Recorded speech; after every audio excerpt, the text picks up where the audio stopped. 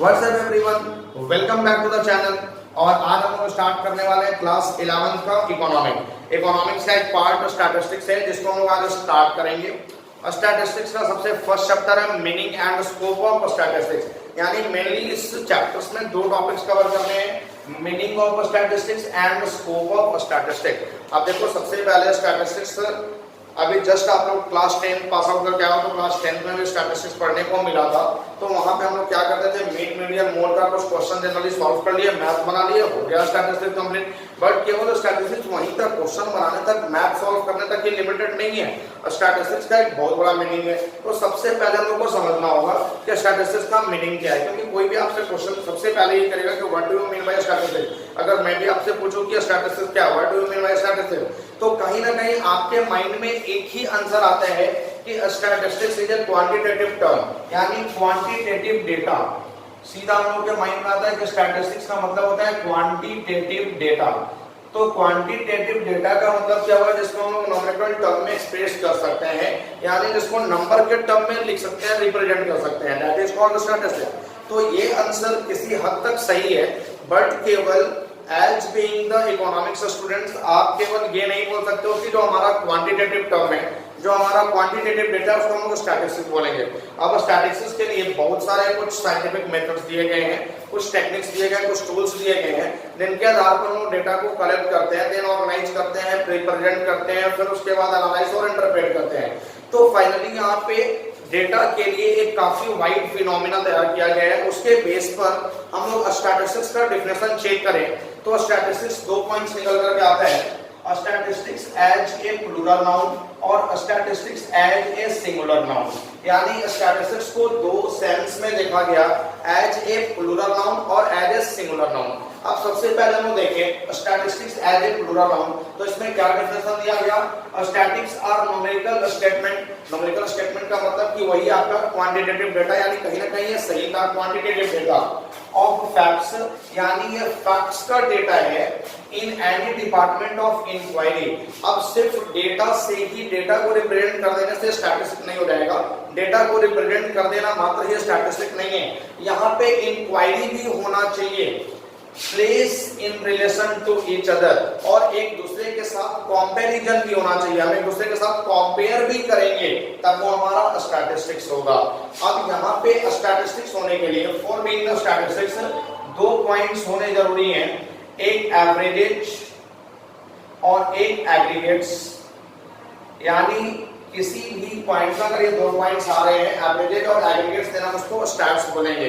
अब एवरेजेज क्या होता है और एग्रीगेट्स क्या होता है, तो यहाँ पे फॉर एग्जांपल कि हमने यहाँ पे लिखा है कि pocket money of mister x is ₹500 per week, यानी यहाँ पे पॉकेट मनी एक्स का दिख रहा है कि 500 पर वीक। तो इससे हम कुछ कंपेयर नहीं कर पा रहे, सर को कुछ मिल नहीं पा रहा है, यहाँ से हम कुछ देख नहीं पा रहे, कंपेयर नहीं कर पा रहे। तो यहाँ पे हम क्या बोलेंगे कि ये न तो एवरेज है न एग्रीगेट है, यानी ये स्टैटिस्टिक्स नहीं है। स्टैटिस्टिक्स होने के लिए एवरेजेज और एग्रीगेट का होना जरूरी है। तो यहाँ पे pocket money of ₹500 per week, ये बस सिर्फ एक इंफॉर्मेशन दिखा रहा है और यहाँ से कुछ देखने को नहीं मिल रहा है, कुछ कंपैरिजन नहीं हो पा रहा है। तो ना तो ये एवरेज है ना एग्रीगेट है, तो ये क्या है हमारा, नॉट स्टैटिस्टिक्स, ये स्टैटिस्टिक्स नहीं है। अब फॉर एग्जांपल यानी स्टैटिस्टिक्स के लिए 2 चीजों का कंपेयर होना बहुत जरूरी है। फॉर एग्जांपल हमें यहाँ पे लिखे हैं there are 100 students in class 12, class 12 में 100 स्टूडेंट्स हैं, as compare to 90 students in class 11। Compare अगर कर रहे हैं हम लोग क्लास 11 से, तो क्लास 11 में 90 स्टूडेंट्स हैं, बट क्लास 12 में 100 स्टूडेंट है। तो यहाँ पे इजीली कंपैरिजन हो रहा है कि क्लास 12 में स्टूडेंट्स ज्यादा हैं एज कंपेयर टू क्लास 11। तो ये हमारा एवरेजेज या एग्रीगेट हो रहा है कि एग्रीगेट यहाँ पे क्या मतलब है कि 100 स्टूडेंट्स है क्लास 12 में, 90 स्टूडेंट्स है क्लास 11 में। तो कहीं ना कहीं यहाँ पे हम कंपेयर कर पा रहे हैं, कंपैरिजन दिखा पा रहे हैं, तो ये हमारा स्टैटिस्टिक्स है। बट जो केवल इंफॉर्मेशन शो कर रहा है वो हमारा स्टैटिस्टिक्स बिल्कुल भी नहीं है। एक ऑक्स हैज 4 लेग, यानी ऑक्स के 4 लेग है, ये क्या स्टैटिस्टिक्स दिखा रहा है, कोई स्टैटिस्टिक्स नहीं दिखा रहा है, ये बस एक इंफॉर्मेशन बता रहा है कि ox has 4 leg, cow has 4 leg. तो यहाँ ये स्टैटिस्टिक्स नहीं हो सकते हैं। तो ये हमें एग्जांपल लिखे एग्रीगेट और स्टैटिस्टिक्स कौन है और स्टैटिस्टिक्स कौन नहीं है। अब उसके बाद हम बात करेंगे फीचर्स ऑफ स्टैटिस्टिक्स। स्टैटिस्टिक्स की। तो सबसे पहले 6 फीचर्स हमने यहाँ पे लिखे हैं, उन 6 फीचर्स को अच्छे से समझना है क्या होते हैं 6 फीचर। सबसे पहला जो फीचर्स हमारा आ रहा है वो है एग्रीगेट ऑफ फैक्ट्स। अब एग्रीगेट ऑफ फैक्ट्स का मतलब क्या होता है कि कोई भी नंबर अगर इंडिविजुअलिटी के साथ है, यानी एक सिंगल नंबर है, तो वो हमारा स्टैट्स नहीं हो सकता है। फॉर एग्जांपल कि मैं बोल रहा हूँ कि आई एम स्टडीइंग क्लास 11, तो ये स्टैट्स बिल्कुल भी नहीं है, क्योंकि ये बस एक सिंगल नंबर है कि मैं क्लास 11 में स्टडी कर रहा हूँ, तो यहाँ से कोई स्टैटिस्टिक्स नहीं है, कोई कंपैरिजन निकल के नहीं आ रहा है। बट अगर मैं एग्रीगेट यानी फैक्ट्स का एग्रीगेट करूं, एग्रीगेट का मतलब क्या होता है कि मैंने यहाँ पे देखा कि there are 10,000 students in a school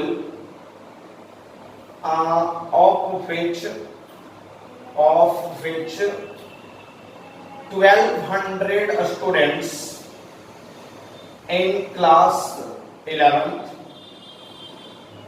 divided as 800 in commerce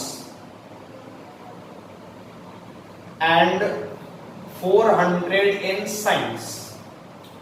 तो यहाँ पे क्या हो गया, ये एक फैक्ट का एग्रीगेट हो गया कि मैं यहाँ पे पूरा का पूरा डेटा लेकर के चल रहा हूँ, पूरे स्कूल का डेटा लेकर चल रहा हूँ कि पूरे स्कूल में 10,000 स्टूडेंट है, जिसमें 1200 स्टूडेंट क्लास 11th में है, उसको डिवाइड करा गया कि 1200 में 800 स्टूडेंट कॉमर्स में है और 400 स्टूडेंट साइंस में है। तो ये कहीं ना कहीं एक पूरा का पूरा यहाँ पे डेटा कलेक्ट किया गया, एग्रीगेट ऑफ फैक्ट्स है। तो इसको मैं यहाँ पे बोल सकता हूँ कि ये स्टैटिस्टिक्स है, बट एक सिंगल नंबर, ये कभी भी स्टैटिस्टिक्स नहीं होगा। Next, numerically express. Numerically express का मतलब वही क्वांटिटेटिव डेटा, यानी जो भी यहाँ पे टर्म्स होना चाहिए वो न्यूमेरिकल के टर्म में होना चाहिए, नंबर में होना चाहिए। यहाँ पे कोई भी मतलब नंबर होना चाहिए, एक डिजिट होना चाहिए, बिग, मोर, लेस, स्मॉल, ये सब हमारा स्टैटिस्टिक्स नहीं है, क्योंकि ये सब नंबर में नहीं है, ये सब क्वांटिटेटिव डेटा नहीं है, ये सब क्वालिटेटिव डेटा है।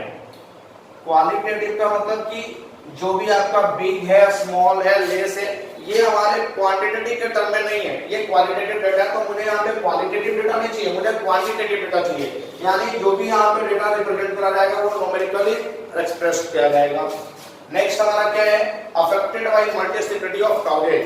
Affected by multiplicity of coverage का मतलब क्या होता है कि अगर स्टैटिस्टिक्स में कोई भी डेटा मिलती है, फॉर एग्जांपल कि हमारा किसी भी गुड्स का जो प्राइस है, price of goods rise by 30%, यानी किसी भी गुड्स का प्राइस राइज कर गया 30% से, तो प्राइस राइज करने के पीछे कोई एक रीजन नहीं है, कोई एक कॉज नहीं है, बहुत सारे रीजन है, बहुत सारे कारण है। अब फॉर एग्जांपल कि हमारा फैशन आ गया तो हमारे गुड्स का प्राइस राइज कर जाएगा, या फिर गुड्स का सप्लाई मार्केट में घट गया तो प्राइस राइज कर जाएगा, या फिर कुछ कंज्यूमर्स हैं जिसको के द्वारा इस गुड्स को नेसेसिटी मान लिया गया, तो वो अपने प्रोडक्ट्स की तरफ अट्रैक्ट हो गए, नेसेसिटी मान लिया और उस प्रोडक्ट की तरफ अट्रैक्ट हो गए, तो कहीं ना कहीं उस गुड्स का प्राइस राइज कर जाएगा। तो यहाँ पे जो भी प्राइस राइज कर रहा है वो किसी एक कारण से राइज नहीं कर रहा, उसके पीछे बहुत सारे कारण है। अगर एक कारण होगा और वो खत्म हो जाएगा तो फिर तो उसका ओरिजिन ही समाप्त हो जाएगा। तो यहाँ पे किसी भी अफेक्टेड के लिए, किसी भी डेटा के लिए बहुत सारे कवरेज होते हैं, तो affected by multiplicity of coverage. Next हमारा क्या है, रीजनेबल एक्यूरेसी। रीजनेबल एक्यूरेसी से क्या मतलब है कि स्टैटिस्टिक्स में जो भी डेटा रिप्रेजेंट करे जा रहे हैं वो एकदम 100% एक्यूरेट नहीं है, बट हाँ एक हद तक काफी रीजनेबल एक्यूरेसी के साथ उनको रिप्रेजेंट किया गया है, काफी रीजनेबल एक्यूरेसी के साथ उनको कलेक्ट किया गया है। तो यहाँ पे 100% एक्यूरेट तो नहीं है, बट मैक्सिमम आप एक हद तक उसको बोल सकते हैं कि वो एक्यूरेट है। तो रीजनेबल एक्यूरेसी। नेक्स्ट हमारा क्या है, collected in a systematic manner. अब यहाँ पे जो भी डेटा कलेक्ट किया जाएगा वो बस ऐसे ही कलेक्ट नहीं कर दिया जाएगा, उसके लिए काफी अच्छा सिस्टम डेवलप किया गया, काफी टेक्निक्स और टूल्स दिए गए। तो जो भी डेटा होता है सिस्टमैटिक मैनर में कलेक्ट होता है। अब जैसे डेटा का पहले लोग कलेक्शन करते हैं, फिर उसका ऑर्गेनाइजेशन करते हैं, फिर उसको रिप्रेजेंट करते हैं, फिर एनालिसिस होता है, फिर इंटरप्रिटेशन होता है। तो यहाँ पे काफी सिस्टम बनाया गया, सिस्टमैटिक मैनर में डेटा को कलेक्ट किया जाता है। और लास्ट हमारा क्या है, enumerated and estimated. Most important point है आपका एनुमरेटेड और एस्टिमेटेड। एनुमरेटेड और एस्टिमेटेड का मतलब क्या होता है कि एक स्टैटिस्टिक्स जो है एनुमरेटेड भी हो सकता है और एस्टिमेटेड भी हो सकता है। अब एस्टिमेटेड से क्या मतलब है कि यहाँ पे जो भी डेटा दिखाए जाएंगे एनुमरेटेड के केस में वो एग्जैक्ट दिखाए जाएंगे, यानी जो भी एग्जैक्ट काउंट करके दिखाया जाएगा, बट एस्टिमेटेड में एग्जैक्ट नहीं दिखाया जाएगा, वहां पे एक एस्टिमेशन ले लिया जाता है कि हाँ ये होगा। और फॉर एग्जांपल कि किसी भी लीडर का रैली है, अब किसी भी लीडर का रैली है, वहां पे बहुत सारे पर्सन इकट्ठा हुए थे, बहुत सारे पर्सन जमा हुए थे, तो यहाँ पे आप ये बोल सकते हैं कि there are 20,000 person in a rally, यानी रैली में टोटल 20,000 पर्सन है। लेकिन क्या आप वहां पे 20,000 पर्सन को इकट्ठा करके काउंट करने गए? नहीं, वहां पे काउंट नहीं किया गया, बट ये एस्टिमेशन ले लिया गया, एक अनुमान लगा दिया कि हाँ वहां पे रैली में 20,000 पर्सन थे, तो ये हमारा हो गया एस्टिमेटेड। और एनुमरेटेड का मतलब क्या होता है कि फॉर एग्जांपल हमारे क्लास में 200 स्टूडेंट्स हैं, तो वहां पे एक को काउंट किया जा रहा है, वहां पे एग्जैक्टली डेटा शो किया जा रहा है कि 200 स्टूडेंट्स ही हैं, क्योंकि उनका सुबह हो गया, शाम को गया, अटेंडेंस बन रहा है। अब अटेंडेंस शो कर रहा है कि 200 स्टूडेंट प्रेजेंट है, तो ये हमारा एनुमरेटेड डेटा हो गया। तो स्टैटिस्टिक्स जो है एनुमरेटेड भी हो सकते हैं, एस्टिमेटेड भी हो सकते हैं, ये थे इसके फीचर। अब उसके बाद हम लोग बात करें statistics as a singular noun. अब सिंगुलर नाउन के फॉर्म में अगर देखा जाए तो स्टैटिस्टिक्स क्या होता है? In singular sense statistics means science of a statical method, यानी कि ये बहुत सारे स्टैटिकल मेथड्स है जो कि साइंस पे बेस्ड होते हैं, यानी सिंपल लैंग्वेज में हम बोल सकते हैं कि जो हमारा statistics as a singular noun है वो अपने आप में एक साइंस है, क्योंकि साइंस के बेस पे बहुत सारे सिस्टम दिए गए हैं, बहुत सारे रूल्स एंड मेथड दिए गए हैं, प्रिंसिपल्स दिए गए हैं, तो ये सिंगुलर सेंस में अगर देखा जाए तो स्टैटिस्टिक्स अपने आप में एक बहुत बड़ा साइंस है।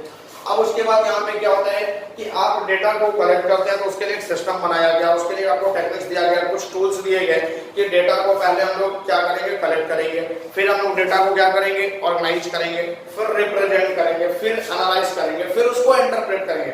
तो कहीं ना कहीं एक बहुत बड़ा सिस्टम दिया गया और सिस्टम के आधार पर सारा काम होता है। इन अदर वर्ड्स आप उसको बोल सकते हैं इट इज डिफाइंड एज, इसको डिफाइन करा गया एज ए कलेक्शन, यानी पहले डेटा का कलेक्शन किया जाएगा, फिर प्रेजेंटेशन, डेटा को प्रेजेंट किया जाएगा।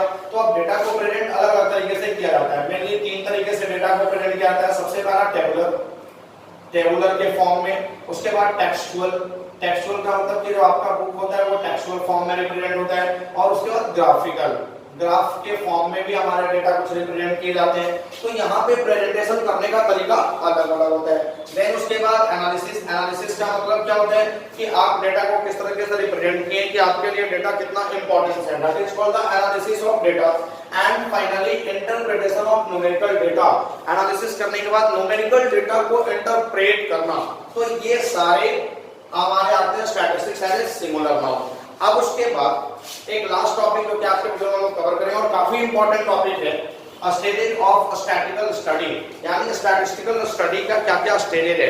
तो स्टेजेस की बात करें तो यही सारा हमारा स्टेजेस है, बस यही स्टेजेस है हमारा। अब यहाँ पे हम लोग यहाँ पे लिखे हुए हैं, इसको हम लोग सीक्वेंस के फॉर्म में लिखेंगे, स्टेज के फॉर्म में लिखेंगे 1 2 3 4 5।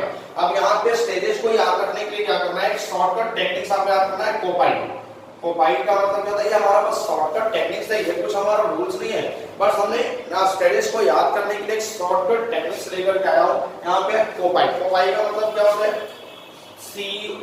COPAI। कोपाई का मतलब C फॉर कलेक्शन, यानी डेटा को कलेक्ट करना, O फॉर ऑर्गेनाइजेशन का मतलब क्या होता है, डेटा को ऑर्गेनाइज करना।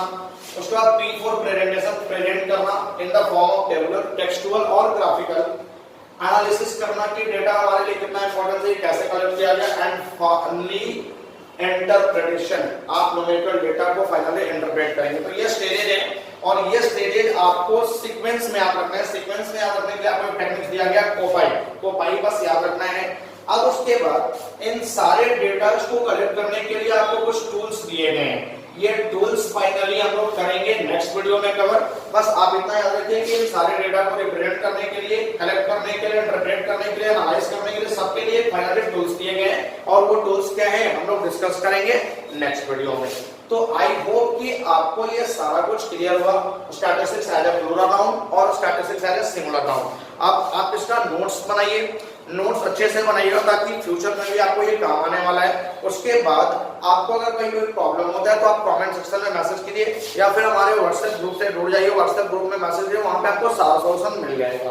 तो आई होप कि आपको अच्छे से क्लियर है। अब हम लोग इसके नेक्स्ट टॉपिक्स को कवर करेंगे नेक्स्ट वीडियो में। आप वेट कीजिए, कल आपको इसका नेक्स्ट वीडियो भी मिल जाएगा।